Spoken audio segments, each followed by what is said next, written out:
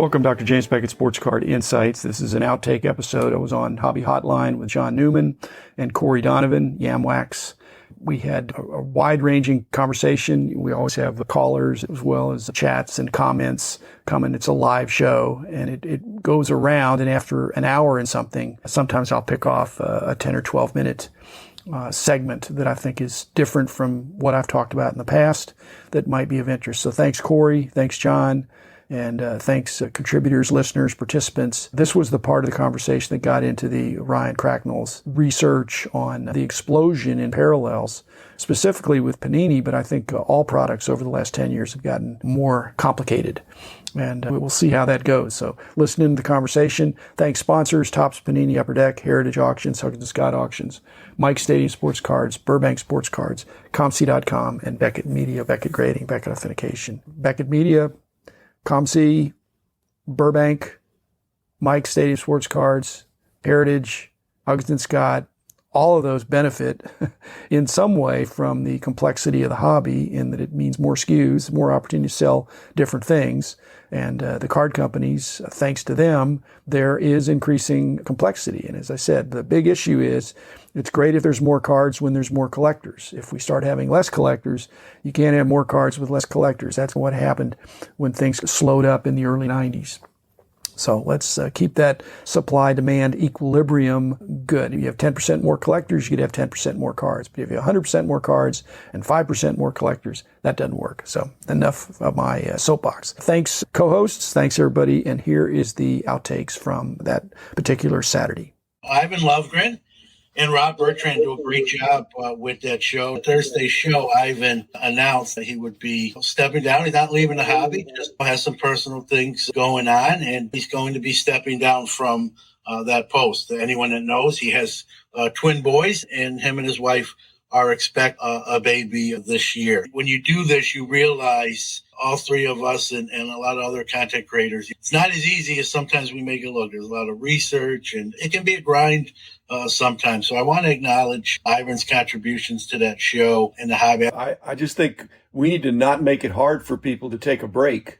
Even though this is the greatest hobby in the world, it shouldn't be the most important thing in your life. So it's an important thing, and if somebody wants to take a break, like you said, John, some of the stuff in podcasting, people think it's easy and it's hard, or they think it's hard and it's easy, but it's a labor of love, and Ivan really put himself into it. So I don't want to make it difficult for him to take a break. The circumstances of life, the hobby is what gets in the way of your family more so than the other way around. Encourage him to do what's best for himself and his family.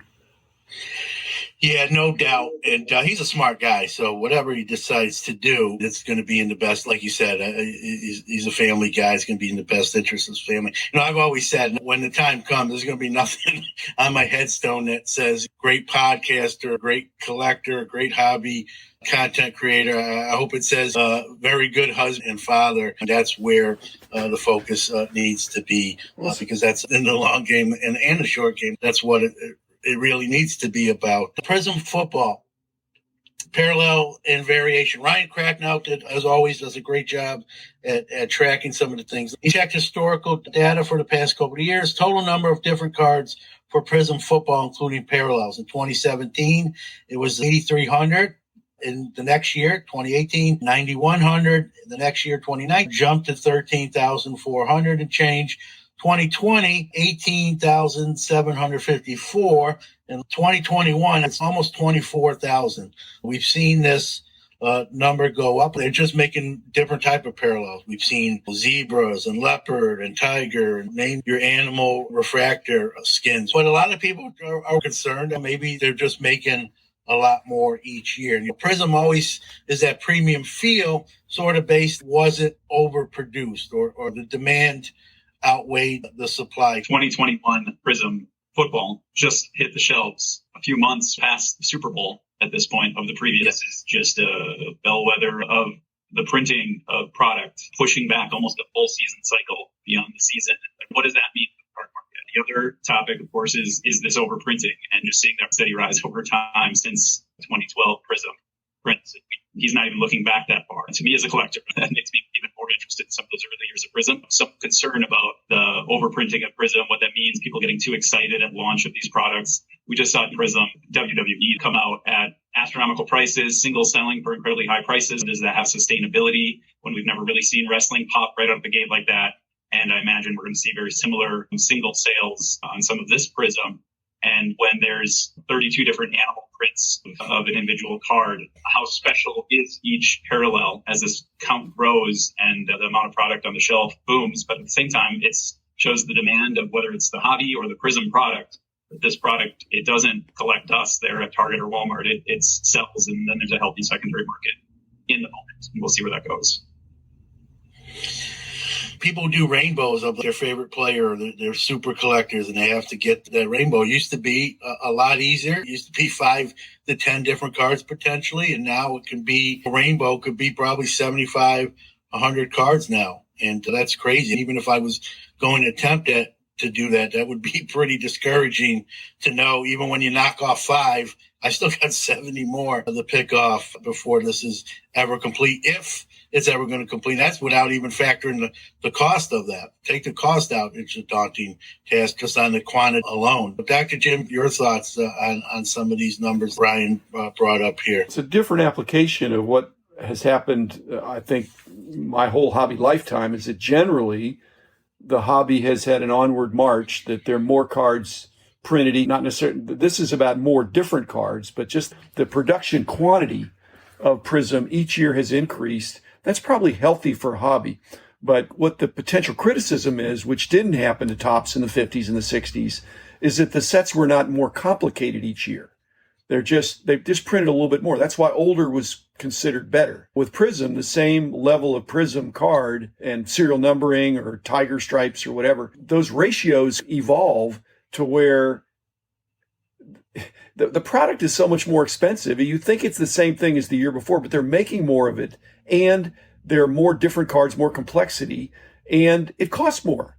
And so even with these really strong brands, which Prism obviously is, collectors and, dealers even need to be thinking, okay, let's do the math on this, because every year it's squeezing it a little bit more. I don't think people try to collect complete sets of most products anymore, and certainly not master sets, but I don't even think people they could aspire to have a full rainbow, but that's not even realistic if it's a popular player. There's too many people they're one-of-ones and very short-numbered things. It's, in effect, changing the way people collect. It's affirmation that the older a Prism, the better, in the sense of scarcity and potential relative value.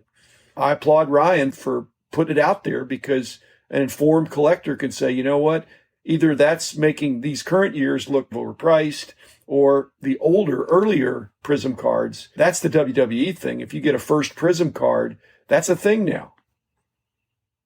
Yeah, look what UFC did out of the gate Prism-wise.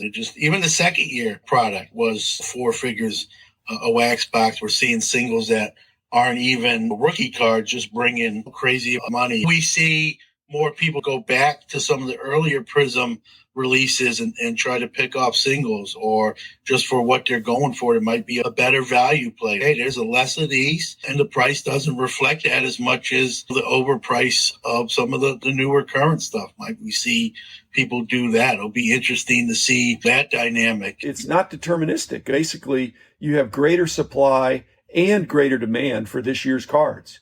And so to compare to a 5-year previous card of the same brand, the same serial numbering, the same parallel, the same color, whatever, again, there's less demand and less supply. And so is that an equilibrium where the cards are going to be the same if it's the same player, a non-rookie? You just need to do that analysis and say, how bad do I want this card?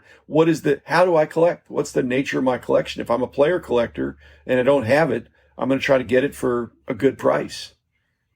Your positioning makes me think of what a lot of companies are facing in this inflationary environment right now, and companies are always doing to consumers, which is, you think of like the product managers for a Snickers bar. They're thinking right now, do I drop this thing from 5 ounces to 4.5 ounces to still make our margin on the sales? Or do I raise prices? Now, consumers hate both.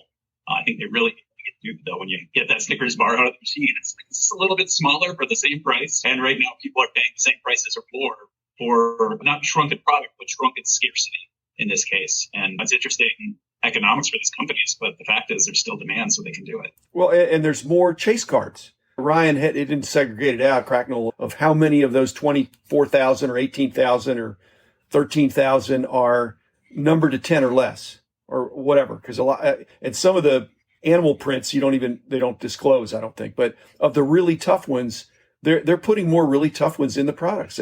Otherwise, they couldn't justify the price increase. Yeah.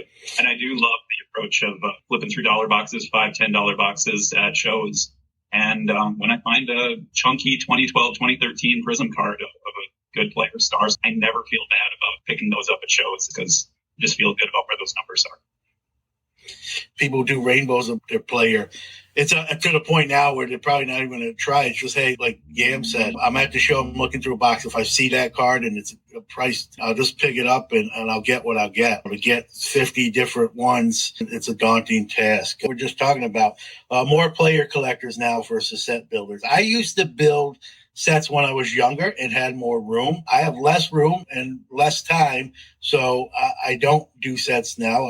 I just buy individual cards. Any lessons to be drawn from the high inflation of the late 70s and today in relation to the hobby, or the era's too different to learn from the past? I think the bigger issue is just the economic uncertainty, less confidence in the stock market. It's not a single issue, but when you're in a high inflation period, you want to own stuff rather than having cash on the sidelines because your cash is eroding in value. And the stuff, you'd think, well, I'll buy public company stock. I'll just buy and hold. That hasn't worked so well the last few months.